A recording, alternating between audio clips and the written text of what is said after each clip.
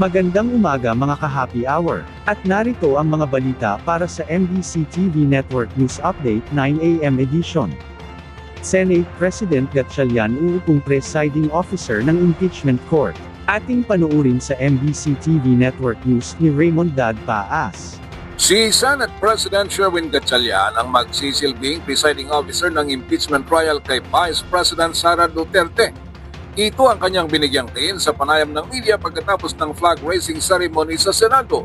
Sabi ni Gatchalian, malinaw sa ating saligang batas ng presiding officer sa impeachment trial ay ang Senate President maliban lamang kung ang impeachable officer ay ang Pangulo ng Bansa. Naunang umugong ang posibilidad na pipili ang impeachment court ng ibang presiding officer na isang abogado upang mas mapabilis ang proseso.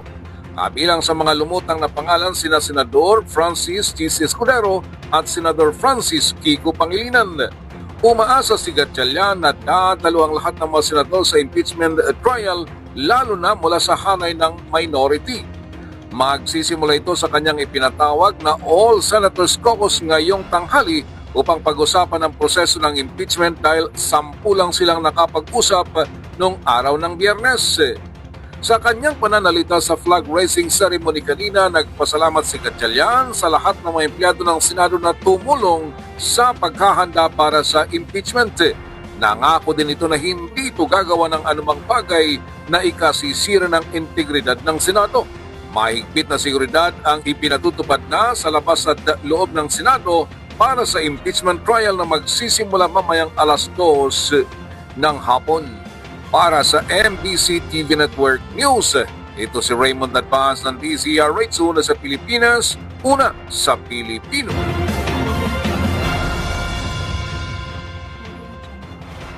Samantala, PBBM nakatakdang pangunahan ang command conference ng AFP sa Camp Aguinaldo ngayong araw.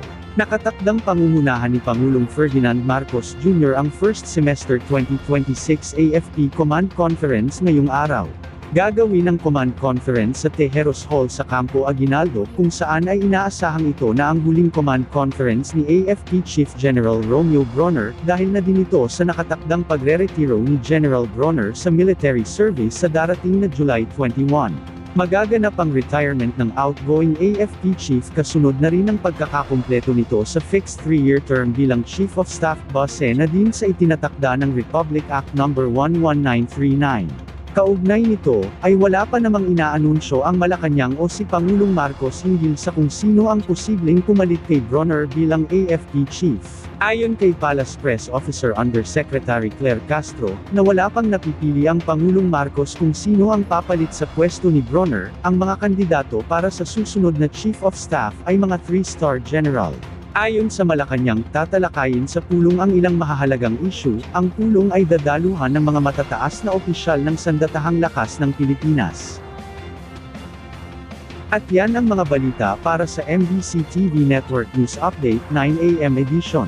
Abangan ang mga susunod na balitaan mamaya para sa 10 AM edition.